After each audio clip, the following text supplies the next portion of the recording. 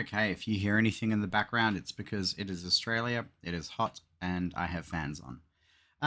Howdy doody, what's going on? How are we all? It's been a couple of weeks, it's a whole new year. Ooh, ooh, guys, the number on the calendar changed. um, let's get into that first. We will get into the topic of the video, but let's just tackle that first. It's a new year.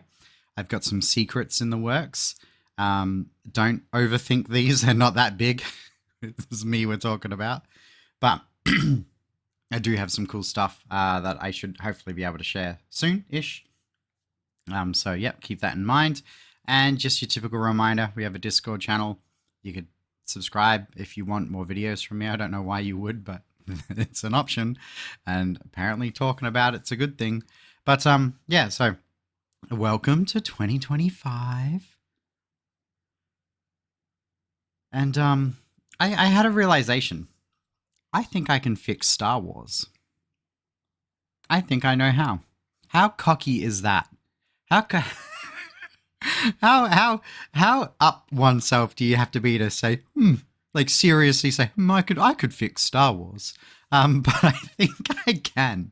Like if I was given the opportunity, I think I could fix it. But let's time travel for a second. I, as a kid, because some of you are like, but Mineya, you don't like Star Wars, and it's kind of true. As a child, I loved Star Wars. I had Luke Skywalker posters all around my bedroom. Um, I would watch it all the time. I loved Star Wars as a child, and when I say child, like below the age of 10. Um, in my teenage years, I didn't care for it. Episode 1, 2, 3 didn't care for. Um, you know, in my adult years, I've gone back and watched Star Wars a handful of times. And I'll be honest with you, it doesn't matter whether I'm watching prequels or 4, 5, and 6. I fall asleep every time. Like it just bores the crap out of me. The movies, that is. In terms of Star Wars video games, I think Star Wars in the past had some great video games, especially like PS1 era, and the Lego Star Wars games were fun as well. And like, obviously Knights of the Old Republic and like Jedi Academy. Like we can't forget Jedi Academy. Um, all of like they've had some bangers in the past. If you guys are kids now, go back and play the old games because the modern stuff is just not the same. But I've always thought Star Wars had a great universe and some really good concepts that just started out good and then fell apart. And obviously, in more recent time, in the last decade, with the new stuff, the Rey era, I don't know what the official name for it is. I couldn't give two shits because it sucks. I saw the first one in the cinemas purely because I never got to see any Star Wars movies in the cinemas. And I thought, hey, new Star Wars, like everyone talks about seeing it in the cinemas, let's do it. And this is before I had like a good home cinema. And I was let down because it was a terrible movie that just rehashed a bunch of plot points from episode 1. Sorry, episode 3. 4. 4. 4. I don't script. And yeah, I was let down. But then, friends have talked me into playing like the Old Republic MMO and a couple games here and there. And I go back and play Jedi Academy all the time because it's just so good. And so I have this weird relationship with Star Wars where I couldn't lore talk you into it like I can with things like James Cameron's Avatar. Like I'm not that into it anymore and I just don't care enough. But at the same time, like there's this inner child, these nostalgic memories of absolutely loving Star Wars. And what happened recently was I started listening. As you guys know, in a previous video, I love audio dramas, and I started listening to the Star Wars ones because a lot of independent audio dramas are kind of crap. But when you have like these big companies doing these big audio dramas, obviously they can be good. And it was sort of like this weird thing of like, let's see how bad it could be. Like that was the mindset I had going into it. Like it's a Star Wars audio drama. It's either going to be good, it's going to be easy to follow along because I know the plot points of the movies, or it's going to be so terrible. So I gave it a go, and I got through like the whole 5 hours of episode 1, Sorry, episode 3, 4, 4, 4. And I was like blown away. It just sort of teleported me straight back into that inner child Mineya and all that wondrous imagination, hearing all the sounds, and it really embraced like that sort of cheesiness of what Star Wars used to be. Um, I'm going to use the word, I'm going to use it a lot, the pulpiness. And remember that, the pulp, all right? And we'll get to that in a minute. And now I'm halfway through episode 5, and my opinion hasn't changed. And there's like 10 of these audio dramas, so I'm curious to see whether they all stay this good and what canon they sort of follow, etc., because they don't all follow the movies. But anyway, yeah, so that kind of rekindled it. And I said, you know what, maybe I don't dislike Star Wars as much as I thought that I did. And like it actually made me go, maybe I should rewatch the movies. And then I realized I'll just fall asleep again. But maybe I will one day. And it gave me the idea. It not necessarily the exact way to fix Star Wars, but it gave me the recipe, so to speak. It gave me the key ingredients. And I think I know the one thing that Star Wars needs to do to fix itself. And that is bring back the pulp. I paused for dramatic effect and to let you guys think about that for a second. Bring back the pulp. Now, what does that mean? What is pulp? If you're younger, you may not have heard of pulp stuff. You might just think of Pulp Fiction, and even so, that's like a 30-year-old movie. Don't hate me, it's the truth. And not even a good movie, but that's a whole nother video. But bring back the pulp.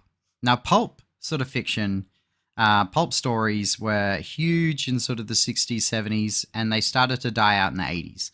And pulp were these adventurous, generally like graphic novels or light novels, sometimes found in newspapers as well. Once again, no script, no research, or running off my memory. And pulp was just these really fun, sort of mostly aimed at children, sort of stories. And there's a whole bunch of them out there. You'll see them on the screen and all that. And they were cheesy and they were fun and they were tropey. And it was always like, the captain, the heroic, brave star captain man, who, sort of looked like the best version of a 50s father, sort of traveling from planet to planet, saving space princesses and rescuing princesses and getting the girl and fighting all these sorts of space monsters. Or they had fantasy pulp as well. And like, it was just this thing. And pulp always was lighthearted. Probably the last modern example of pulp that I can think of is the Hercules and Xena TV series. These were like an early attempt at like a shared universe TV thing as well, which whole nother topic. But just these cheesy romps that were designed just to watch with a smile and have fun. And if you think back at Star Wars, right, the first Star Wars came out in the late 70s. And it was full of those pulp tropes, from the outfits to the characters to just like, there's no reason for Luke to fall into that trash compactor with everyone.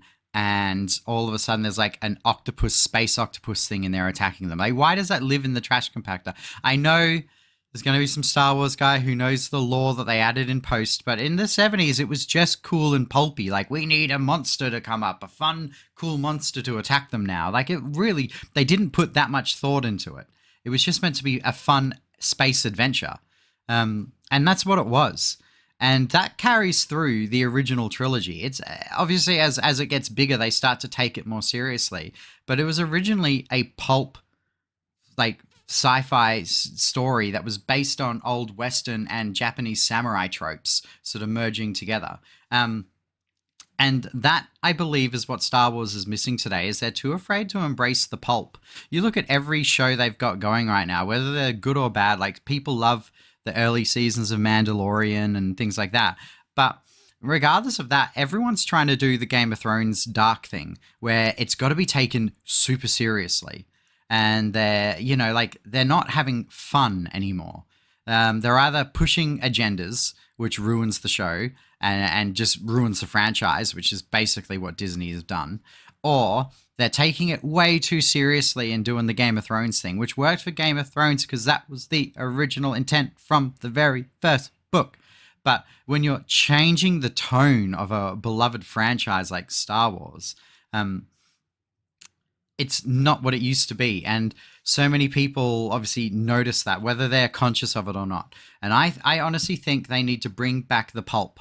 It doesn't, like, I don't even care about Jedi and all that. There's a lot of lore in Star Wars. You could have it about some bounty hunter captain who's fleeing someone, like, think like Han Solo-esque, where obviously Jabba has this bounty on him because he's in debt and he hasn't paid his debts, right? You could take that concept and bring it to another space captain who's maybe he's fled from the Empire and is being chased, right? Like the Imperials like chasing him down because he stole one of their ships and fled. And now he's like sort of running across the galaxy trying to get to safety, and or to deliver a message to someone, right?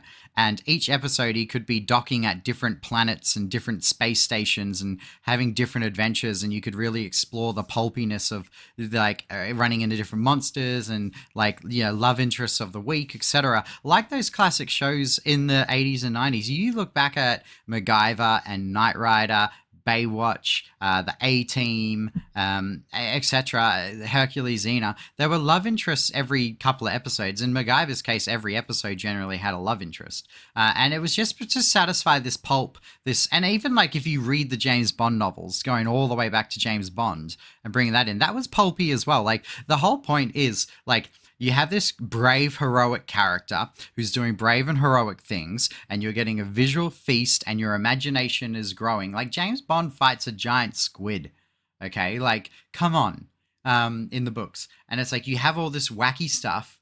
There's the spear gun with the sharks and all sorts. Like, and then there's the girl, the love interest, who he woos and seduces, whether he knows it or not.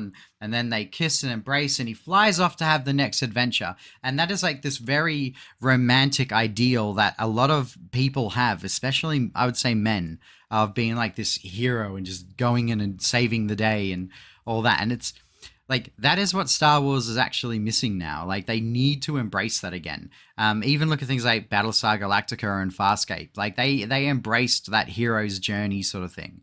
That pulpy hero's journey.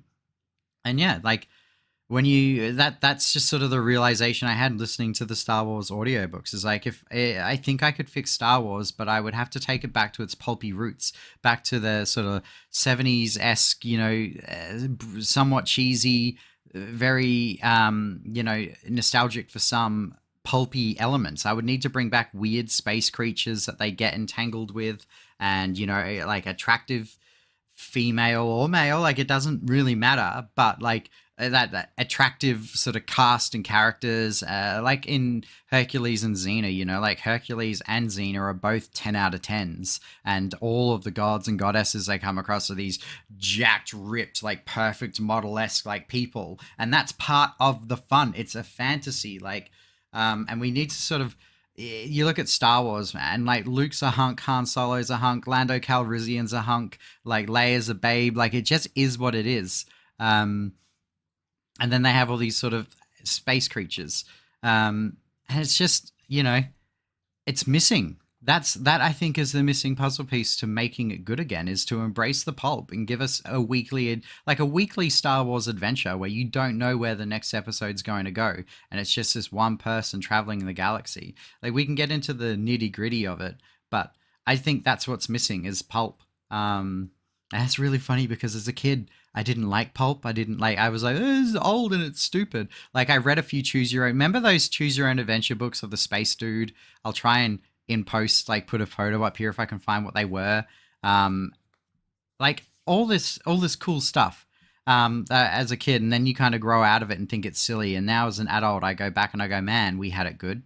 And yeah, like, I don't really know how to close it. I've said everything I wanted to say.